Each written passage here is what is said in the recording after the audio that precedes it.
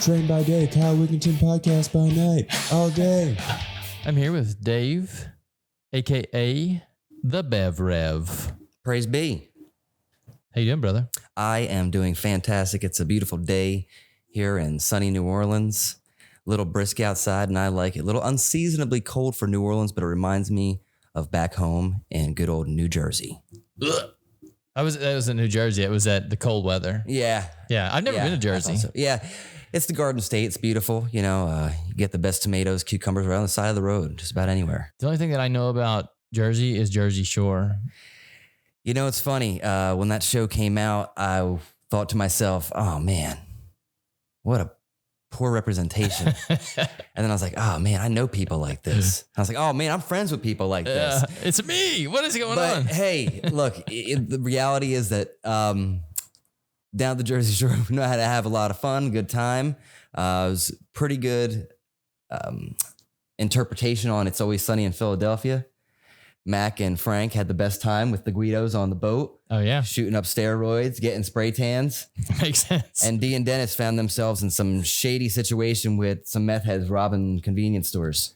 Was that where Frank also ate meat ham? Or The rum ham. Rum yes, ham. the rum ham. Lost it at sea, almost like Wilson, but it was retrieved. Rum ham. Anyway, Dave, Bev Rev. That's me. How did you come up with that name? That's a dope name. Well, you know, I had some help from a mentor of mine, Mr. Murray Harbor, who was a regular bar patron that would come see me.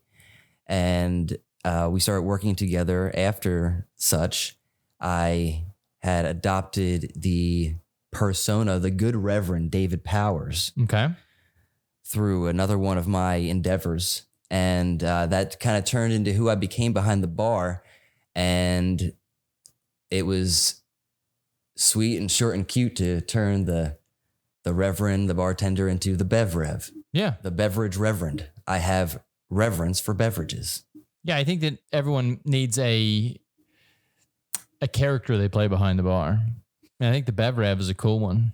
That's what they want. You know, people come for a great drink, but they also kind of come for a show or something, some kind of conversation. Mm-hmm. There's a reason you sit at the bar rather than sit at a table at a restaurant, or just when you have a regular bar that you go to where you see your favorite bartender. Yeah, that's a good point. You know what my character is? What's that? BDE. Can we say that? Big Dick Energy. Oh, wow. I think that's a swear. I'm not so sure. That's who I am behind the bar. But this is podcast world, and we can say whatever we want. I'm like, what do you want? You want a beer? Well, here, how about some of this? Just smack it down. Mm-hmm. Yeah. The table almost broke when I did that. Pretty big energy. Hey, it's what I do, man. You know, I'll be slinging them drinks out, muddling mojitos. It's a BDE world, man. Doing my thing, man. So yeah, Bev Rev's a cool name, man. What's your favorite drink to make behind the bar? Do you have a favorite like liquor or something? Well, my personal favorite liquor for my own personal taste to drink and kind of play with is mezcal. Tequila as well, agave spirits in general. Damn, mezcal, man, that's a beefy liquor to like. I love the smoke. Yeah. You know, I first fell in love with tequila. Mm-hmm. Then I found scotch. And then mezcal came afterwards. And I was like, wait a second. Smoky tequila. Did they just do my favorite thing in the world for me? Mm-hmm. They did. I really felt like they were thinking of me at heart when they created mezcal, even though I wasn't born yet. Yeah, the smoky flavored everything is interesting. And the fact that you can put that in a cocktail, like what would you put with the smokiness to like smooth it out? Well, there's a lot of stuff that you can put with the smoke to do to smooth it out. You know, immediately I think of softer tropical fruits like a pineapple. Also, when you have just like a sweeter bourbon or a sweeter liqueur, the smoke will kind of play with that as well. Smoke and spice. Spice is also great with the smoke. Spice is spicy, Hotter, drinks are delicious and a really good complement for the smoke. They kind of, in a way, soften each other, in my experience. Makes sense. It's a really great dimension that we can add to our cocktails these days. It used to kind of be sweet, sour, bitter. Now we kind of have spicy, we have smoky, and that just adding those two elements kind of opens the cocktail world up immensely. Yeah. One of my buddies one time was telling me to mix what'd you just say? What was this? Mezcal with chartreuse. Oh, is that a drink? It's delicious. You can have him by himself. That's actually, mezcal is fantastic for me for multiple reasons. There's 3 drinks that I kind of think of as almost this little holy trinity of drinks to me. When I think of cocktails, I immediately think of gin.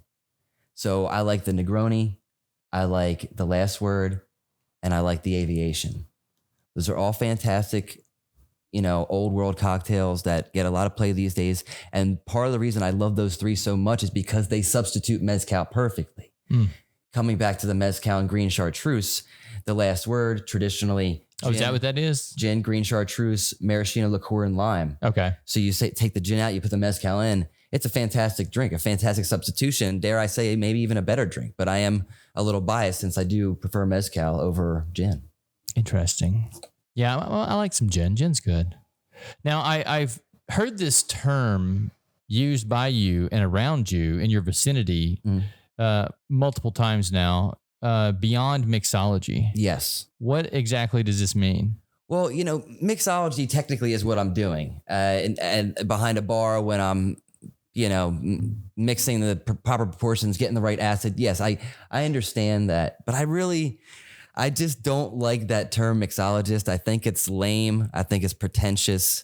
I don't like it. I'm a full-rounded, well-rounded bartender. And that means that mixology is part of my repertoire, but I can do anything that you need. I can walk into a dive bar. I can pour beers and shots. I can make fancy drinks. I can do anything in between. Going beyond the drink itself is into the entire experience. I'm very adamant about the lighting, the sound, the music specifically, what's going on in your bar or restaurant. And those things are alive throughout the evening.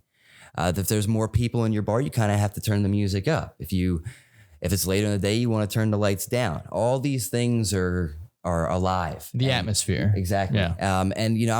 I'm looking past just giving you a proper drink. I'm doing that because that is why we're here. But I'm trying to curate an entire experience for you by creating the vibe. And so you have the proper setting to enjoy said drink in. Yeah, and we're talking about like private events because you do private events. Yes, I do. And if someone hired you, like what would I do after that? Like I called Dave. I'm like, yo, Dave, I got a private event. Yada yada yada. It's 100 people. Then what? So we determine about how many drinks per guest you would like to have. And then we start developing a menu. We can do drinks that are already in existence, that are regular classic cocktails, or we can do drinks that are of my own personal creation, originals, or a combination of the two. In general, I promote kind of a 3-drink menu. You don't really want to. I find that you don't want to give people too many options. No, if you're at a party, 3 drinks it's overwhelming. Yeah. This or that is often good, and when you throw the third option in there, it just feels like a little bit more well-rounded. And now we can do cocktails, we can do mocktails, we can do a combination of the two. When it's a combination, I usually recommend 2 cocktails and a mocktail. You have the option to do a mocktail that is a completely different flavor profile from the drinks offered, or we can develop that mocktail so it is almost exactly like one of the other drinks on the menu. So both the guests that are imbibing and the guests that aren't can have the same, like a very similar experience as far as a flavor profile. And then we kind of price it out and see what's going on. I have a basic standard package. that we do and what that includes. That's kind of what I just talked about with the 3 drinks, and then the amount of drinks. Kind of, it can vary. Basic package is probably about 100 and 120 drinks total. And that's usually good for parties of 20 to 40 people, but it's easily done to beef up our quantity of drinks for larger parties. And just if people would like to have more drinks per guest, you know, I find that at these events, you know, they're more of cocktail parties or holiday parties for businesses. So it's not necessarily a situation where people are trying to get wasted. And also, I'm not really trying to promote that. I'm trying to promote good spirits, having a good time. So I find that 2 to 3 drinks per person planned, or 3 to 4 is usually the sweet spot. Some people are going to drink a little bit more. Some people are going to drink a little bit less. But you always want to be serving responsibly. Absolutely. Yeah. One of the cool things that I've been hearing you talk about is some of your infusions. And I know that you've been making some, what did you call them? Weed-aritas? Yes. Because it's a great name, it just falls right in there. But that's the other thing that's going on in cocktailing these days. There is a major shift, especially with the younger generation, moving away from alcohol, moving away from binge drinking, away from all these things. But they are moving more into a marijuana and mushroom phase. That's kind of like what's big these days, specifically THC infused seltzers. My personal favorites. Yes, I love those things. They're the best. They're changing people's lives for the better. They're helping people quit drinking. It's a great option to have at your bar. So your friends can come out and they can enjoy a drink too, even if they're not drinking. Because there's nothing wrong with going to the bar and just hanging out and not having a drink at all and just drinking water. But there's sometimes it just feels off. So you want to be more part of the communal thing going on. You want to cheers your friends with a drink. There was the Liquid Death guy who put out the canned seltzers and just plain water, which is a cool idea. But now we actually have a product where you can also be elated, like you would become from consuming alcohol, but now a more elevated feeling in the THC seltzers. And there's some really great ones out there. We have some amazing products locally. Crescent Canna and Louie Louie are 2 of my favorites. There's a company called Lark that I just discovered. They're sugar-free. That's great. There's a Direct Hit. Those are a little lower in the THC, higher in the CBG for a little bit more of a sleepy feeling. But the Louie Louie, the Crescent Canna, those are kind of built around a 5 to 6 milligram dosage. And that's kind of where I like to guide my cocktails that I would make with an infusion. You can make plenty of infusions at home. You can make THC infused sugar, simple syrup. I'd like to use agave specifically when I'm doing margaritas. So it's, you infuse your ingredient and then you put it into your cocktails. And now you're not only as a guest able to join in with beers and seltzers with the THC, now you're actually able to have a cocktail, a wocktail, a weed cocktail. I don't know. I don't know what the word is for that yet. We'll come up with it. We'll make one. We'll make one up. THC infused goodness. Yeah, that's THC infused cocktails interest me a lot. I'm a huge fan of the seltzers because I'm not a big fan of alcohol in general, but I did like the feeling of going out and having a cocktail and stuff.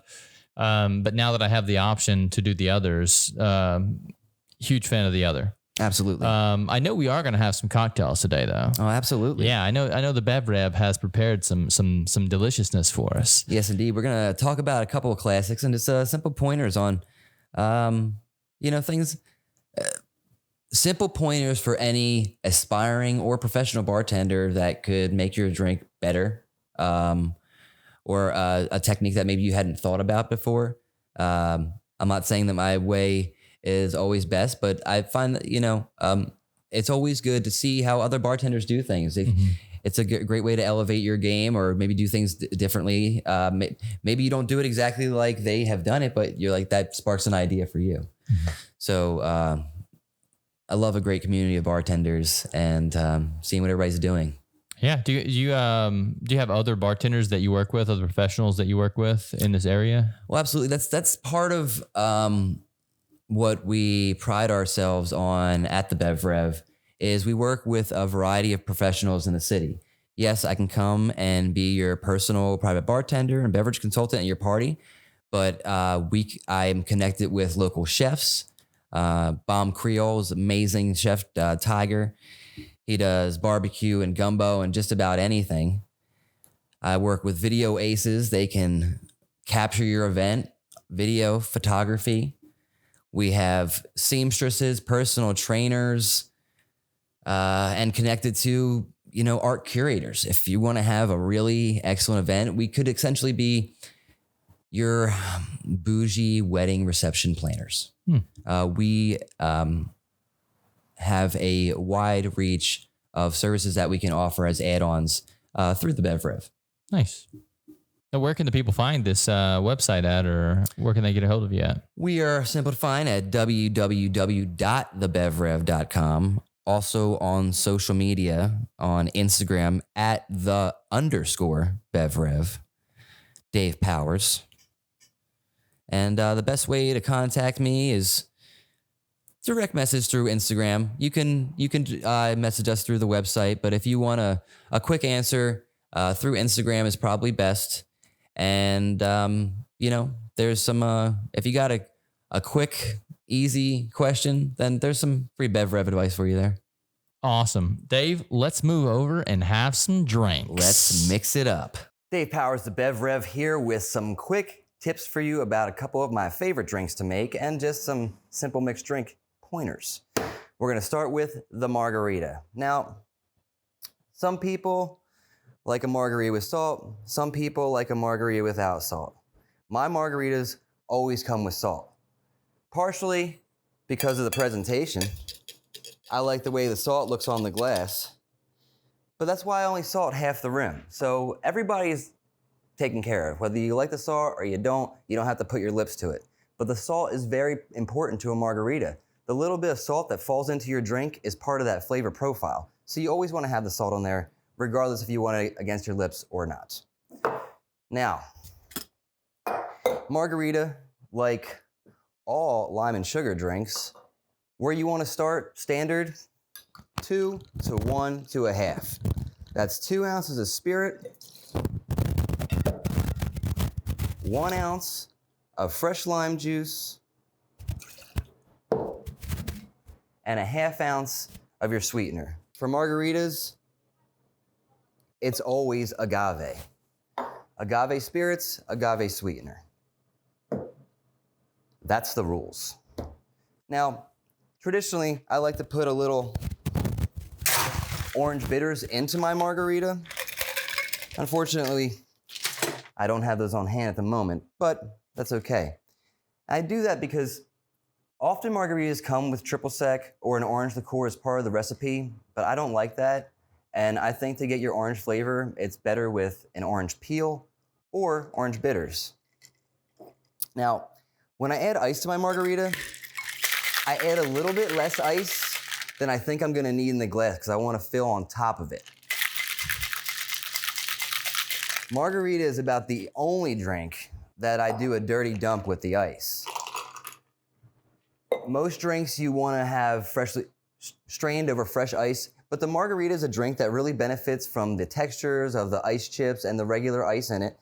And as I said, you want to leave less ice because you do want to put some fresh ice into your margarita.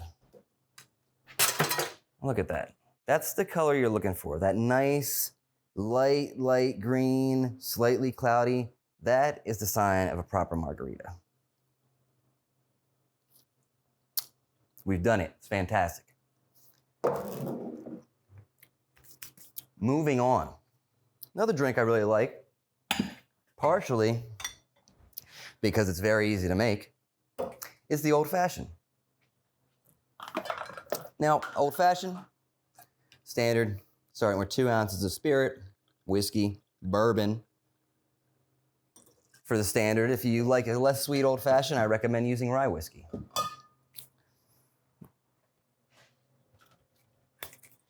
Classic move with the old-fashioned, hit it with the Angostura. It's been around for a while because it is that good, and it is that traditional, and it's often the flavor you're looking for in any bitters drink, Manhattans, champagne cocktail, or any original that you're working on yourself. Sometimes it's just a little Angostura that does the trick.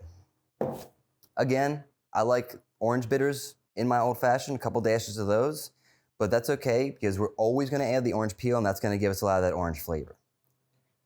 Again, back to the sugar. Brown liquor, brown sugar. Not necessarily brown sugar. I like to make a demerara syrup out of turbinado or raw sugar. And then I use a spice combo similar to Miss Martha Stewart. Check hers out online. Mine's a little bit heavier on the clove. Add some allspice, add orange and lemon zest. But yes, brown on brown, white on white, agave for agave. Old fashions are the oldest cocktail on record. And they're really just kind of a rounding out of the whiskey that you're using. It's the only cocktail that I really not recommend, but think that it's okay to use a nicer spirit, a really nice whiskey, and make an old fashioned, because you're not really bastardizing the spirit itself, you're just kind of rounding it out. Now, as far as the sugar, I think old fashions need approximately 1/8 of an ounce to 1/4 ounce of syrup. You can always put more in. You can never back it up. Remember that. And like that, I like a little quick flick of the wrist for the sugar in my old fashions. But now, if you might notice, I built this without any ice in it. That's pretty standard, but especially on an old fashioned, you really want that ice to melt slowly and the drink to mellow as you sip on it. That's why the big, large ice cubes are ideal for drinks like this, or the sphere.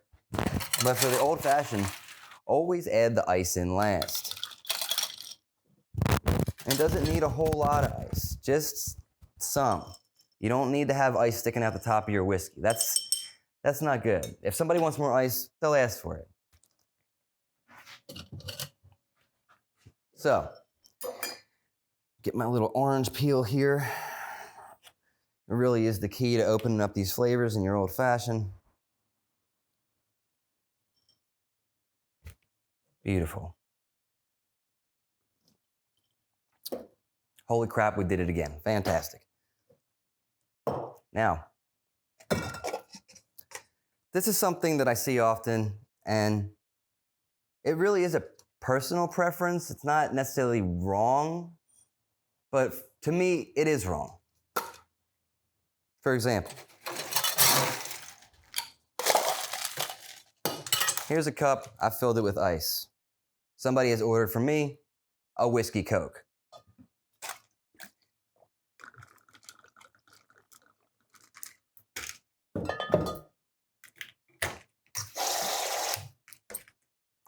That's not a whiskey Coke. That's a whiskey, water, and Coke.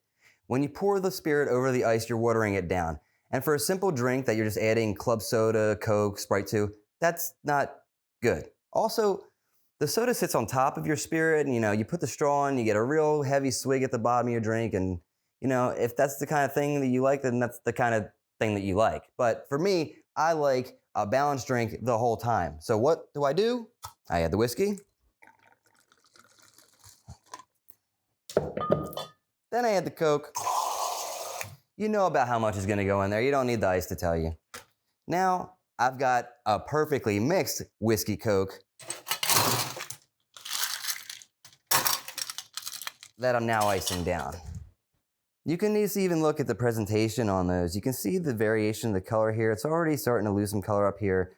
Darker down at the bottom. This one has got a nice, even, uniform look through the whole thing. This is what you want. At least that's what I want. And there you have it. Those are just a few quick tips from the Bev Rev, a couple simple drinks. I've got plenty more pointers. Tune in for more. But this is a great place to start for any aspiring bartender or somebody who's been doing it for a while and just never thought to do this. Now, the most important thing is which one do I get to drink? You can have any one of these, sir. Let me set my killing machine down.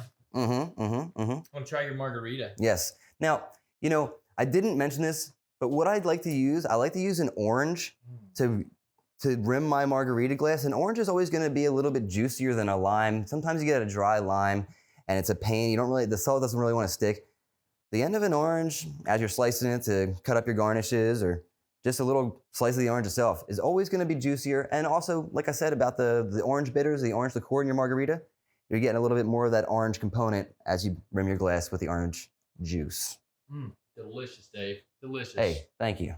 Thanks for coming in today. The people, Cheers. once again, can find you at thebevrev.com. Follow us at Instagram at _BevRev.